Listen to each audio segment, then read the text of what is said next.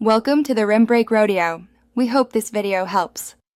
You start by choosing a minimal base image because every layer adds size. Once you've selected Alpine or a distroless image, add a precise from line with a version tag.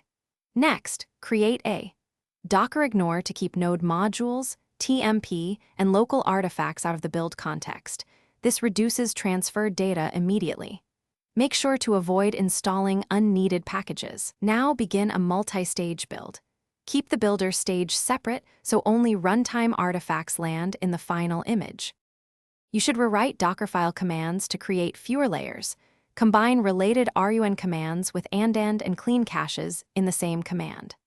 Once done, put copy steps after installing dependencies to maximize build cache reuse and separate source changes from dependency installation.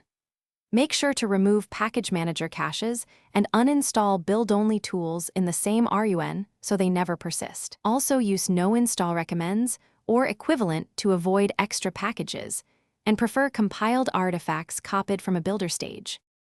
You finish by assembling a tiny runtime image. Copy only the exact binaries, libraries, and config files from the builder stage. Once built, inspect image layers with Docker image history or tools like Dive to find the biggest contributors.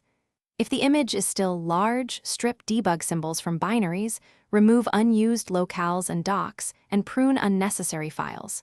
If problems arise, rebuild with a fresh build cache and verbose logs to pinpoint which step reintroduced files.